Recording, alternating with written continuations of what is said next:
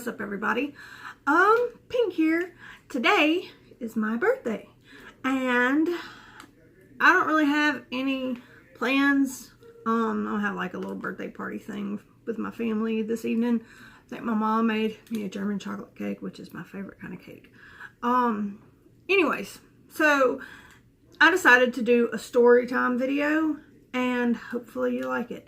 This is the top 3 craziest birthdays. Number 2, I was 26 years old, and at this point in my life, I was single. Anyways, I was single. I lived in Mississippi with some friends, and where we lived, it was like 2 trailers, like 2 old trailers, and side by side, and in between them, my friend, he had bought a shop, like one of those wooden buildings or whatever, and we called it the G spot. We had parties there all the time. Like, we would just look for reasons to have any reason to have parties. And it had like a beer pong table and darts and stuff, you know, etc. Just all kinds of stuff. It was pretty cool.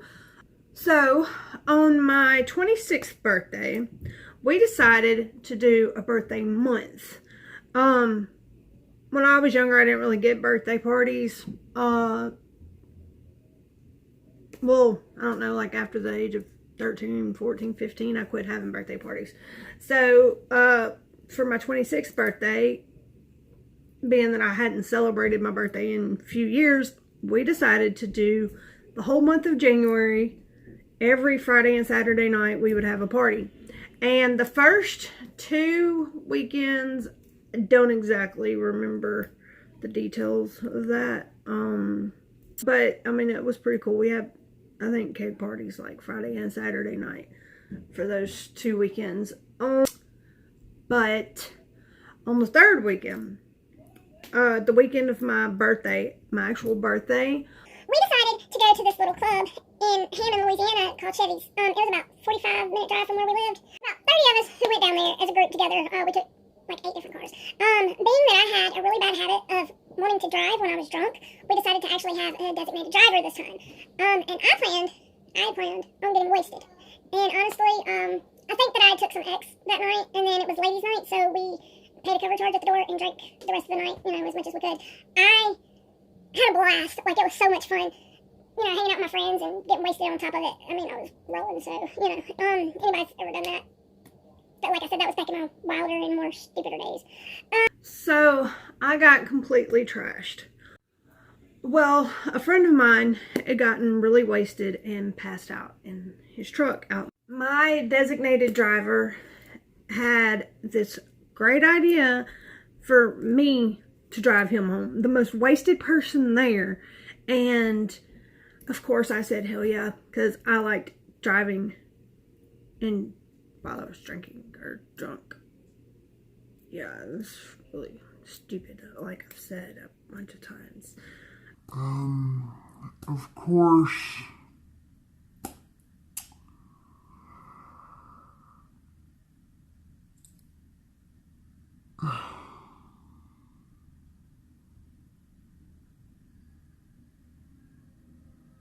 Let's just add that to the long list of really, really bad decisions that I've made in my life. Okay? So, somewhere around Amite, Louisiana, my friend calls me to tell me to take the next exit because everyone had to piss. But when my phone had started ringing, I noticed that it had fallen on the floorboard. Of all the times in the world for this to happen, and when I reached down to pick it up, I swerved. right in front of a cop that was sitting in the medium, just waiting for us to drive by. I didn't see him. I swerved. And yeah, so we go to take the exit for everybody to pee, and when I go to pull over, I see the blue lights in my rearview mirror, and naturally everybody else, like I said, it was like 8 cars all together, so all the other cars take off, and they leave me there. and the dude that's still passed out in the passenger seat. So when the cop comes up, he asked me to get out the car. He's talking to me, asking me where I'm coming from, where I'm going, how much have I had to drink, and by this time I just gotta pee really, really bad, and that's all I'm like worried about. I mean, I want them to come back and get me, in which the cop did say that if somebody would come back and get me, he would let me go, but nobody would come back and get me, not even my own brother. And which, my brother had a car full of girls. He was worried about none but them girls. So, yeah. I ended up having to go to jail. But before that, like, I got into where I had to pee so bad I was about to pee on myself. And I kept telling the cop, I was like, I really gotta use the bathroom. He's like, well, if you go to use the bathroom, I'm gonna get you with indecent exposure or whatever it's called. I'm like, please. I said, I can't hold it no more. I'm gonna pee on myself. He's like, well, you're gonna have to pee on yourself or whatever. And I was like, look, I have a medical condition. If I don't go to the bathroom right now, I'm gonna pee blood. And that worked. He ended up letting me go. I went and used the bathroom on the other side of the truck. On the side of the road. I'm a country girl, so yeah, ain't no shame in my game. So nobody would come back and get me, and the cop ended up taking me to jail in Amite, Louisiana. That sucked. When we get there, like, I don't have no money because I spent all my money already at the club. My phone is dead. It ended up dying, and I don't have any cigarettes, and I'm like upset because, I don't have no way to get in touch with anybody in my family. I don't have no way to bail myself out, and on top of it, I don't have any cigarettes. And this trustee guy or whatever, he like walks by and he's like asking me questions and stuff, and I'm telling you, I just got back from the club, so I'm decked out. I'm wearing heels and looking cute and stuff, and they got me, in this jail looking like a freaking prostitute. But so the trustee, he's like, go in the bathroom, look underneath the soap thing, and he's like, and there's he rolled up a cigarette or whatever in there. So that was nasty, but I smoked it because I really need a cigarette, like I said. I kept thinking that, they were going to let me go or somebody was going to come get me. Well, nobody came to get me. They ended up putting me in lockup. And they, took me in this room, made me take off my clothes and put on, the jail people clothes. And the pants, I was 110 pounds at the time. I weighed a lot less than I do now. The pants they gave me were a triple X. I had to wrap them around my body to get them to stay on. Then they give me a mat to carry in a bag with toilet paper and soap and all this other crap in it. So my pants is falling down. I'm dragging them out, and it sucked really bad. And you know what? I was not wearing heels. I had brand new Converse on. I take that back. I was dressed decked out, but I was wearing my Converse. I don't know why I just thought about that. I know I just thought about that because this girl, while we were in there, kept asking me for my shoes. And then she was got to the point where she wanted to fight me over my shoes. And I was not about to let her have my damn shoes. I just bought them. I think I'd only had them 3 days. She wouldn't get my shoes. So I go to sleep. Whenever they put me in the jail, all the other chicks in there are sleeping. And I sit there for a little while, and then I was like, there's no clock, there's no windows, there's no TV, there's nothing. I don't know what time it is or anything. So I just go to sleep. I lay down, I end up going to sleep. Well, I must have only been asleep an hour because when I woke up, everybody else was still asleep, but I felt like I'd been asleep for a while. And I had to pee really bad. They had, the little toilet thing.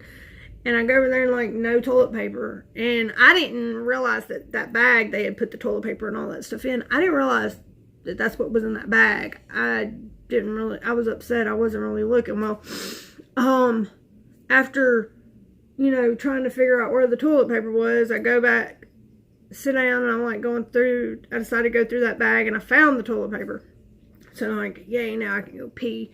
And when I opened it up, inside the roll was like a little note from that trustee guy, telling me like it was really cool to meet me and all this, and asking me if I would write him, and it had his address on it. I never wrote him, but yeah, I thought that was kind of cool. So anyways, let's fast forward a little while. All them chicks wake up, and they had a payphone in there, and I'm trying to get in touch with my family, and I tried calling 1-800-COLLECT, but it didn't work. It said you had to have a PIN number. I didn't have a PIN, and I got to looking on this little board beside the payphone, and there was stuff wrote all over. There was numbers, so I was like, maybe one of these are it. So I started just putting in numbers. Finally, I found one. I was able to call my uncle, and he didn't tell me anybody was coming to get me. He just said he'd call my dad and let him know where I was. So when those chicks wake up, there's this big old fat black chick, and she is a bitch.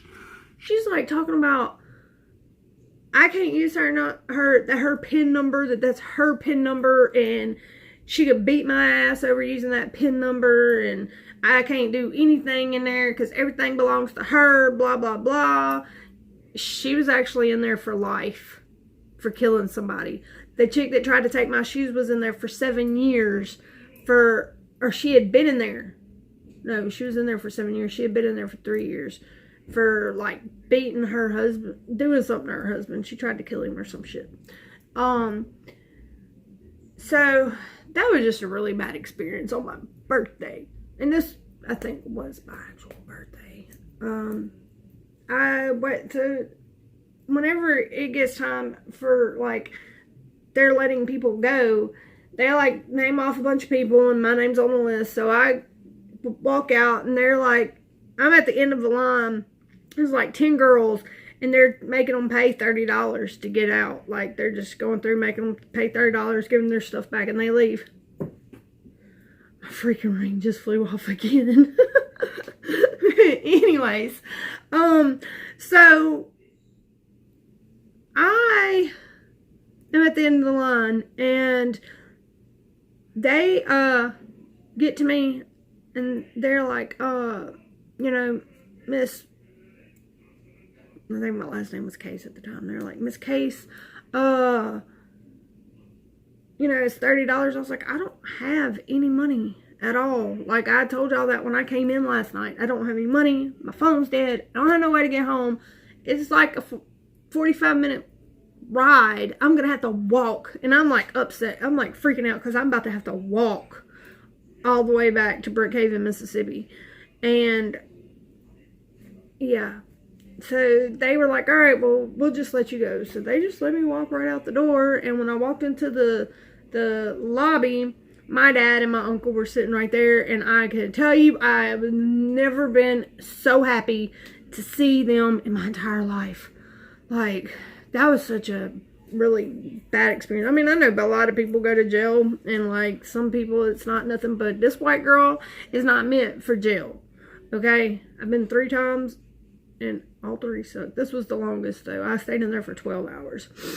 It's the longest I ever went, and I'm telling you, it sucked so bad on my birthday. But that was a crazy birthday.